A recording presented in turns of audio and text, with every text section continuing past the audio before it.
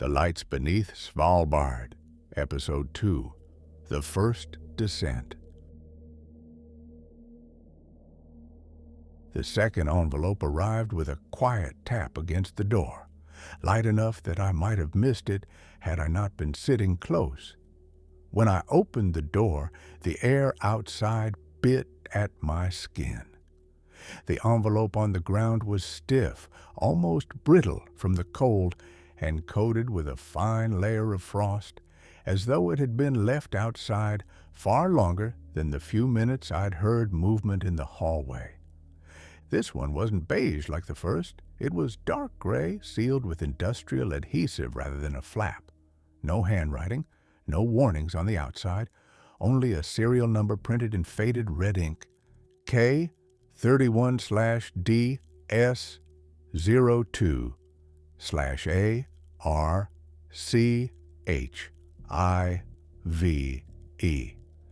Inside were more documents, tightly folded, and a thin data chip in a small plastic case. The chip looked military, rugged, black casing, a label half scoured off by wear. Before examining the chip, I spread the papers across my desk.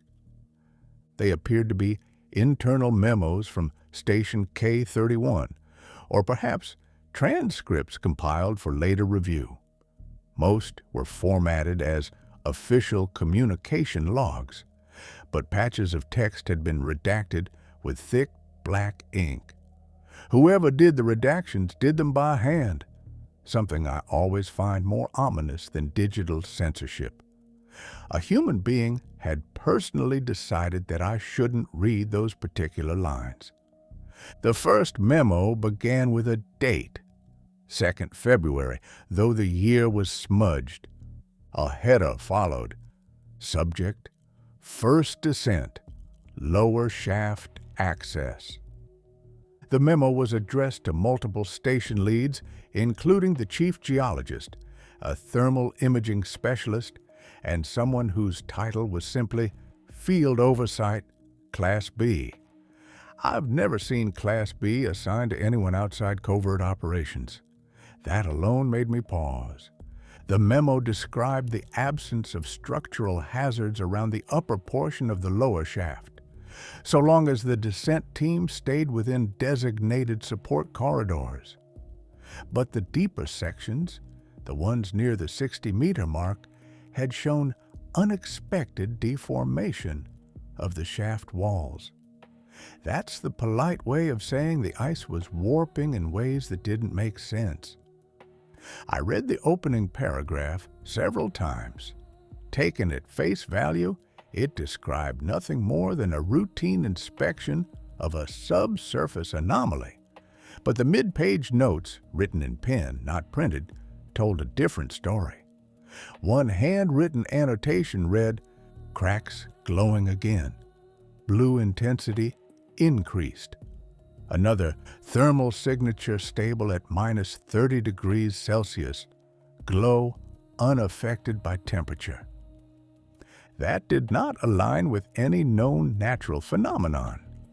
I turned to the next page. It was a transcript of radio correspondence during the descent team's preparation. Lead technician, lowering platform confirmed operational, audio channel stable. Begin when ready. Descent team, member 1, copy, visual feed engaged, marking entry. After that, the transcript shifted into observational notes. The descent team described narrow walls of solid ice that had begun to refract light. Not reflect, refract, as in bending it, scattering it. That was strange enough. But then came a line that had not been redacted, perhaps by mistake. Blue light source not visible. Appears embedded deeper than ice thickness. The phrase, embedded deeper than ice thickness, stuck with me. If the glow was coming from within the ice, but deeper than the physical boundary of the ice wall, then the researchers weren't observing light. They were observing something that represented light without following physical rules.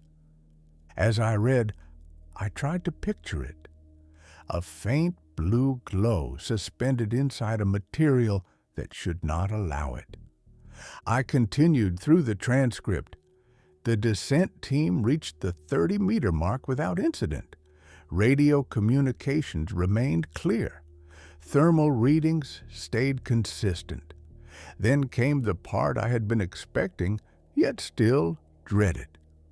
At exactly 34 meters, a new sound appeared on the audio feed. A knock. Not a random crack, not ice shifting. A hollow, rhythmic knock, 3 taps, then a pause, then one long. The same pattern heard on the micro-cassette from the first envelope. The same pattern the team had reportedly sent down the shaft earlier. One of the descent team members raised the issue to the control room. Descent. Team member 2. Receiving localized vibrations on platform, confirmed source. Control room. No activity logged topside. Can you pinpoint direction? Descent team, member 2. Hard to say. It's traveling sideways along the wall. Sideways, not downward, not upward, laterally through the ice. The memo ended abruptly after this point. The bottom half of the sheet had been torn away, leaving only the corner of a signature block and a faint coffee stain. I moved on to the next document. This one was more detailed. An official descent report written by a station geologist. Much of it was scientific jargon, but certain lines carried more weight. Observed ice movement inconsistent with temperature gradients. Structural bulging at depths where ice should be uniform. Team reports sensation of being observed, no visual confirmation. The phrase sensation of being observed is one I'd seen before in underground research logs, usually from teams experiencing mild hypoxia or environmental stress. But Svalbard stations have some of the most strictly monitored airflow systems in the world. The report noted that O2 levels were optimal. A few lines later, I found something new, a sketch, a quick pencil drawing, rough but intentional. The geologist had drawn what looked like an elongated fissure in the ice, filled with faint blue shading. Near the top of the sketch, 2 shapes were indicated in small annotations. Movement, possible shadow displacement. Shadow displacement, the kind of phrase a cautious scientist uses to avoid stating the obvious. They saw something that moved. I leaned back from the documents, feeling the tension in my shoulders. Every piece of evidence so far indicated something alive, or at least reactive, within the ice.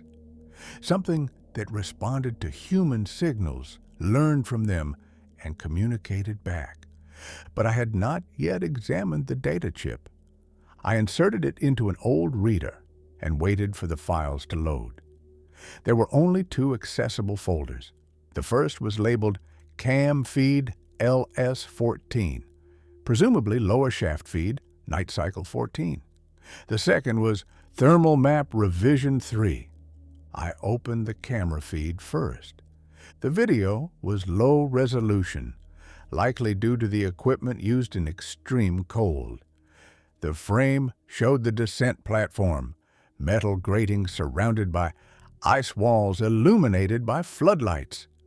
The ice looked clearer than expected, almost glass-like at certain angles. For the first few minutes, nothing happened. The platform descended slowly. The noise of machinery echoed.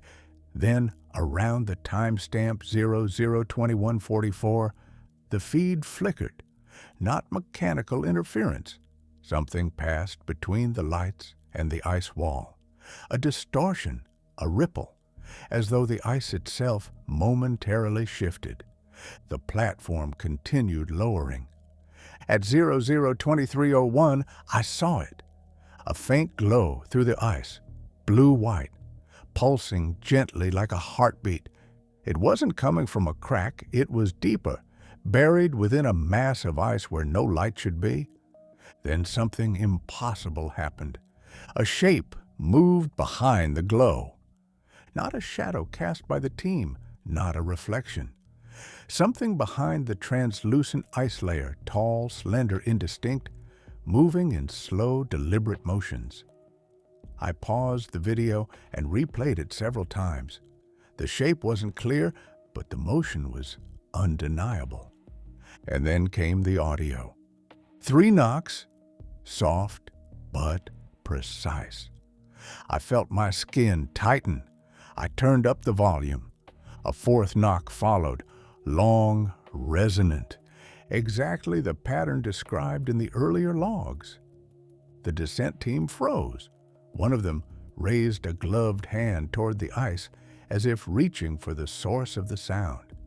Before they could touch it, the feed cut again, this time with a distorted screech of audio like metal tearing. The file ended there. The second folder, the thermal maps, only confirmed what the video suggested. There was an organic warmth beneath the ice, not enough to melt it, but enough to radiate a detectable signature. The anomalies were labeled transient, meaning mobile, meaning moving. At the bottom of the last page of the memo, a handwritten line had been added in the same neat script as the earlier warning note. The first descent was not a failure. It was an invitation.